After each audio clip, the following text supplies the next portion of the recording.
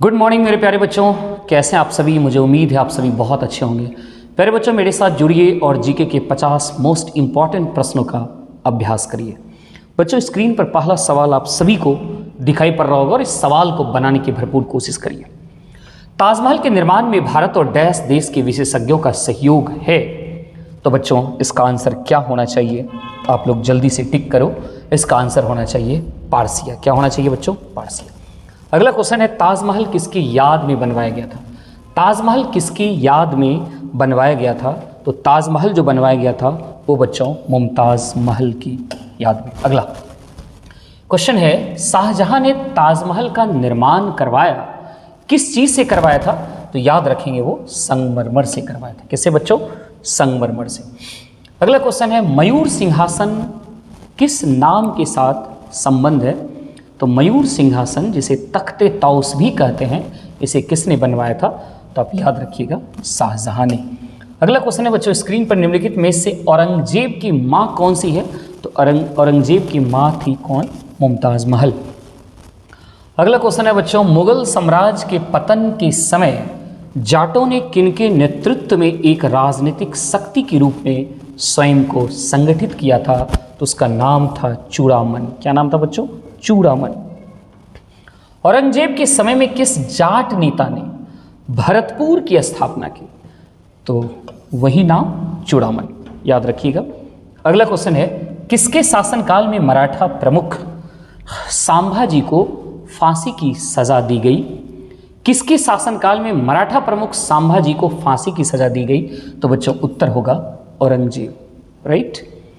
अगला क्वेश्चन है बच्चों, स्क्रीन पर किस सिख नेता की इस्लाम धर्म ना ग्रहण करने के कारण औरंगजेब ने हत्या करवा दी? तो इसका आंसर होना चाहिए आपका तेग बहादुर।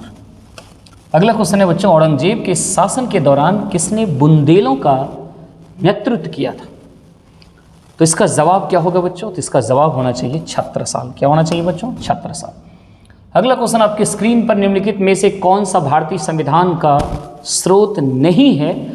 तो निश्चित रूप से डेनमार्क से जो है कोई भी चीज़ नहीं लिया गया, डेनमार्क। अगला क्वेश्चन है बच्चों, लगभग कितने वर्षों के वाद विवाद के उपरांत भारत के संविधान पर हस्ताक्षर हो पाया था? तो लगभग 3 साल। लगभग कितने साल? 3 साल के बाद। अगला क्वेश्चन बच्चों, स्क्रीन पर संविधान में दिया गया परिचयात्मक कथन जो संविधान निर्माण के कारणों एवं मार्गदर्शक मूल्यों का वर्णन करता है, उसे क्या कहा जाता है? तो उसे प्रियम्बल कहते हैं, यानी प्रस्तावना कहते हैं। अगला क्वेश्चन बच्चों, स्क्रीन पर भारत के राष्ट्रीय ध्वज का डिजाइन किसने तैयार किया था? तो याद रखिएगा, भारत के राष्ट्रीय ध्वज का डिजाइन जो तैयार किया था वो पिंगली वेंकैया ने। अगला क्वेश्चन है, भारतीय संविधान के निर्माण से पहले 1946 में डैश द्वारा एक उद्देश्य प्रस्ताव ऑब्जेक्टिव रिजोल्यूशन प्रस्तावित किया गया था? तो याद रखेंगे वो कौन थे? जवाहरलाल नेहरू। अगला है, भारत के संविधान का मसौदा तैयार करने के लिए संविधान सभा ने डैश को मसौदा समिति का गठन किया था? तो बच्चों याद रखना 29 अगस्त 1947। 29 अगस्त बच्चों 1947, राइट बच्चों। चलिए अगला क्वेश्चन बच्चों, स्क्रीन पर है, स्वतंत्र भारत की संविधान सभा के प्रथम अध्यक्ष कौन थे? तो याद रखिएगा doctor Rajendra Prasad. Next question बच्चों, स्क्रीन पर पंडित जवाहरलाल नेहरू ने किस तिथि को संविधान में उद्देश्य प्रस्ताव ऑब्जेक्टिव रिजोल्यूशन प्रस्तुत किया था? याद रखेंगे 13 दिसंबर 1946 को। 13 दिसंबर 1946। अगला क्वेश्चन है बच्चों, भारत के संविधान के संदर्भ में विषम कथन ज्ञात कीजिए। यह राष्ट्र की नियम पुस्तिका है, ये बात सही है। यह कानून के शासन को संहिताबद्ध करता है, बिल्कुल सही है। यह मौलिक राजनीतिक मूल्यों को दर्शाता है, बिल्कुल सही है। यह एक कानूनी दस्तावेज नहीं है। ये जो है बच्चों क्या है? इस संदर्भ में विषम है, यानी डिफरेंट है। भारत के संविधान के संदर्भ में विषम कथन ज्ञात कीजिए, यानी ये जो है इस बात का कहीं ना कहीं खंडन होता है। तो यहाँ पे आंसर क्या होना चाहिए? डी। अगला क्वेश्चन है बच्चों, भारतीय शासन व्यवस्था में एक प्रतिनिधि एवं लोकप्रिय घटक को समाविष्ट करने का प्रथम प्रयास किसके द्वारा किया गया? बहुत इंपॉर्टेंट क्वेश्चन है बच्चों, याद रखना। भारतीय परिषद एक्ट 1861। अगला क्वेश्चन है भारत का देशांतरी विस्तार। ज्योग्राफी के क्वेश्चन को देखिए, भारत का देशांतरी विस्तार जो है वो 68 डिग्री 7 मिनट ईस्ट से 97 डिग्री 25 मिनट ईस्ट, यानी आंसर हो जाएगा ए नंबर। नेक्स्ट क्वेश्चन बच्चों देखो क्या कर रहा है, विश्व के कुल भूभागीय क्षेत्रफल में भारत की भागीदारी कितने प्रतिशत है? तो आपको इस बात की जानकारी होनी चाहिए 2.4%। नेक्स्ट क्वेश्चन है बच्चों आपके स्क्रीन पर, भारत के उत्तरी छोर और दक्षिणी छोर के बीच की दूरी अनुमानित कितनी है? इस चीज़ को आप सभी बताने की कोशिश करिए। तो बच्चों याद रखना, उत्तर से दक्षिण की जो दूरी है वो 3214 किलोमीटर है, 3214 किलोमीटर, और पूर्व से पश्चिम कितना है बच्चों? 2933। ये दोनों याद रखिएगा। तो लगभग पूछा है तो लगभग में कौन सा आंसर जाना चाहिए? ए नंबर, राइट बच्चों। अगला क्वेश्चन आपकी स्क्रीन पर, भारत का दक्षिणतम बिंदु क्या है? तो भारत का दक्षिणतम बिंदु that is Indira point. Bharat का दक्षिणतम बिंदु इंदिरा पॉइंट। भारत यानी मुख्य भूमि, ध्यान दीजिएगा, मुख्य भूमि का दक्षिणी नोक क्या है? तो वो हो जाएगा केप कोमोरिन। जब भी मुख्य भूमि की बात हो जाएगा, है ना, तो क्या हो जाएगा बच्चों? Cape Comorin, Cape Comorin, Cape Comorin. अगला है, डंकन पास किसके मध्य स्थित है? तो डंकन पास जो है बच्चों वो दक्षिणी और छोटा अंडमान के बीच स्थित है। अगला प्रश्न बच्चों, हिमालय के सर्वोच्च शिखर माउंट एवरेस्ट की ऊंचाई कितनी है? तो आप सभी को याद रखना चाहिए 8848। कौन सी अक्षांश रेखा भारत के मध्य से होकर गुजरती है? तो बच्चों याद रखना, भारत के मध्य से होकर जो गुजरती है वो है 23.5 डिग्री उत्तरी अक्षांश। अगला क्वेश्चन है बच्चों, कर्क रेखा निम्न में से किस राज्य से होकर गुजरती है? तो कर्क रेखा जो है बच्चों वो झारखंड से होकर गुजरती है। याद रखेंगे, कर्क रेखा भारत के कुल 8 राज्यों से होकर गुजरती है। वो कौन कौन से 8 राज्य बच्चों, ये याद रखना बहुत ही इंपॉर्टेंट है। राजस्थान है, गुजरात है, फिर उसके बाद मध्य प्रदेश है, और उसके बाद छत्तीसगढ़ है। छत्तीसगढ़ के बाद बच्चों झारखंड है, फिर पश्चिम बंगाल है, वेस्ट बंगाल, पश्चिम बंगाल, और उसके बाद आपका मिज़ोरम है, और उसके बाद त्रिपुरा है। कितना हुआ देखो, 1 2 3 4 5 6 7 8। तो इस 8 राज्यों को आप सभी को याद रखना चाहिए। और इस 8 में कौन सा राज्य दिखाई पड़ा? तो झारखंड, झारखंड से होकर गुजरती है। अगला क्वेश्चन है, कर्क रेखा भारत के मध्य भाग से होकर गुजरती है, जिसके फलस्वरूप बच्चों जब कर्क रेखा मध्य भाग से होकर गुजरती है तो इसका परिणाम क्या होता है? तो इसका परिणाम होता है देश के दक्षिणी आधे भाग में कैसी जलवायु पाई जाती है? उष्णकटिबंधीय जलवायु पाई जाती है, यानी आंसर हो जाएगा आपका ए नंबर। इसको देखो बच्चों क्या कर रहा है, एक मकान में 2 बल्ब लगे हैं, उनमें से एक दूसरे से अधिक प्रकाश देता है, निम्न में से कौन सा कथन सही है? प्रकाश की दीप्ति रेजिस्टेंस पर निर्भर करती है? नहीं। दोनों बल्बों में रेजिस्टेंस समान है? गलत। अधिक प्रकाश वाले बल्ब में रेजिस्टेंस अधिक है? गलत। कम प्रकाश वाले बल्ब में रेजिस्टेंस अधिक है? That is wrong. बच्चों अधिक रेजिस्टेंस होगा तो कम रोशनी देगा, और ज़्यादा कम रेजिस्टेंस होगा तो ज़्यादा रोशनी देगा। जस्ट रिवर्स होता है, ये बात को याद रखिएगा।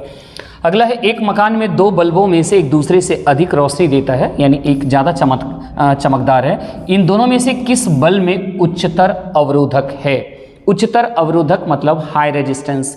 तो जिसका हाई रेजिस्टेंस होगा ऑफ कोर्स है रोशनी कम देगा, और जब ज़्यादा रोशनी देगा तो उसका रेजिस्टेंस क्या होगा? कम हो जाएगा। जस्ट उल्टा। तो हाई रेजिस्टेंस है, इसका मतलब रोशनी बल्ब में क्या होगा? कम मिलेगा। मंद रोशनी वाले बल्ब में ऐसा होगा। 2 एक जैसे बल्ब को किस प्रकार जोड़ने पर अधिक रोशनी मिलेगी? तो याद रखिएगा, जब आप समांतर क्रम में बल्ब को जोड़िएगा तो ज़्यादा रोशनी मिलता है, इस बात को याद रखना है। अगला बच्चों, डायनेमो का कार्य क्या है? तो डायनेमो का जो कार्य होता है वो यांत्रिक ऊर्जा को क्या करता है? विद्युत ऊर्जा में बदलता है। आंसर क्या हो जाएगा आपका? C number. अगला क्वेश्चन है, टरबाइन व डायनेमो से बिजली प्राप्त करने में किस ऊर्जा को विद्युत ऊर्जा में परिवर्तित करते हैं? तो अभी आपने पढ़ा, डायनेमो का काम होता है यांत्रिक ऊर्जा को विद्युत ऊर्जा में बदलना, और विद्युत ऊर्जा को ही मैकेनिकल ऊर्जा, यांत्रिक ऊर्जा को ही मैकेनिकल ऊर्जा के नाम से जानते हैं। अगला है बच्चों, विद्युत ऊर्जा को यांत्रिक ऊर्जा में बदलने वाली युक्ति जस्ट उसका उल्टा। तो विद्युत को यांत्रिक में बदलने का काम करता है कौन सा? विद्युत मोटर, इसे याद रखिएगा। विद्युत मोटर में क्या होता है, तो विद्युत मोटर में बच्चों ये क्या काम करता है, तो विद्युत ऊर्जा को ये क्या करता है, यांत्रिक ऊर्जा में बदल देता है, यानी आंसर क्या हो जाएगा, सी नंबर होना चाहिए। अगला क्वेश्चन है, ऐसा उपकरण जो रासायनिक ऊर्जा को विद्युत ऊर्जा में परिवर्तित कर दे वह क्या कहलाता है, तो उसे कहते हैं बच्चों बैटरी। बैटरी का काम होता है रासायनिक ऊर्जा को विद्युत ऊर्जा में बदलना। फैराडे स्थिरांक क्या है, फैराडे स्थिरांक क्या है, तो याद रखिएगा ये फैराडे स्थिरांक को ही हम लोग क्या कहते हैं, सार्वभौमिक स्थिरांक कहते हैं, जिसे इंग्लिश में यूनिवर्सल कांस्टेंट कहा जाता है, यूनिवर्सल कांस्टेंट। अगला है, कम वोल्टेज पर कार्य करने पर विद्युत मोटर प्रायः जल जाते हैं, क्यों ऐसा होता है, जिसके पीछे का रीजन है वे अधिक विद्युत धारा खींचते हैं, और ऐसा होने से क्या होता है, विद्युत धारा खींचते हैं जो वोल्टेज के क्या होता है, प्रतिलोमानुपाती होता है, यानी जस्ट उल्टा होता है, जो वोल्टेज के प्रतिलोमानुपाती होती है, यानी यही रीजन है जिस वजह से क्या होता है, कम वोल्टेज पर मोटर जल जाता है। अगला बच्चों, अल्फा कण के 2 धन आवेश होते हैं, इसका द्रव्यमान लगभग बराबर होता है, तो याद रखिएगा हीलियम के 1 परमाणु के नाभिक के बराबर, यानी आंसर हो जाएगा आपका बिहार। अगला क्वेश्चन है, हीलियम के नाभिक में होता है, तो निश्चित रूप से हीलियम के नाभिक में कितने प्रोटॉन होते हैं बच्चों, 2 प्रोटॉन होते हैं, इस बात को याद रखना है। निम्न तत्वों में से किसमें न्यूट्रॉन नहीं होता है, तो याद रखिएगा हाइड्रोजन में जो है वो न्यूट्रॉन नहीं होता है। अगला है, निम्नलिखित में से किसमें ऋणात्मक आवेश होती है, तो याद रखेंगे बच्चों अल्फा तो पॉजिटिव होता है, जबकि बीटा आपका क्या होता है, निगेटिव होता है, ऋणात्मक होता है। परमाणु में कक्षों को भरने का क्रम, कक्षों को भरने का क्रम जो नियंत्रित होता है वो किस प्रिंसिपल पर होता है, याद रखेंगे ऑफ बॉस प्रिंसिपल, इसको क्या कहते हैं, Aufbau principle, Aufbau का सिद्धांत। अगला है बच्चों, एक तत्व में इलेक्ट्रॉन और न्यूट्रॉन की संख्या दिया हुआ है 18 और 20, और आपसे कहता है इस तत्व की द्रव्यमान संख्या बताओ, तो आप जानते हैं द्रव्यमान संख्या जो बराबर होता है वो न्यूट्रॉन प्लस प्रोटॉन की संख्या के योग के बराबर होता है, और इलेक्ट्रॉन की संख्या ही प्रोटॉन की संख्या के बराबर होता है, यानी प्रोटॉन की संख्या 18 और न्यूट्रॉन की संख्या 20, दोनों को जोड़ेंगे तो आपको क्या मिलेगा, द्रव्यमान संख्या यानी 38 होना चाहिए। अगला है, जिस तत्व के परमाणु में 2 प्रोटॉन 2 न्यूट्रॉन और 2 इलेक्ट्रॉन हो उस तत्व की द्रव्यमान संख्या क्या होनी चाहिए, तभी आपने पढ़ा द्रव्यमान संख्या जो होता है वो प्रोटॉन प्लस न्यूट्रॉन की संख्या के बराबर होता है, दैट इज दोनों 2 है, तो 2 + 2 मिलकर कितना हो जाएगा बच्चों, 4 हो जाएगा। अगला है, एक नाभिक की द्रव्यमान संख्या, एक नाभिक की द्रव्यमान संख्या न्यूट्रॉन और प्रोटॉन की संख्याओं का क्या होता है, योग होता है, न्यूट्रॉन और प्रोटॉन की संख्याओं के योग को ही हम लोग क्या कहते हैं, द्रव्यमान संख्या।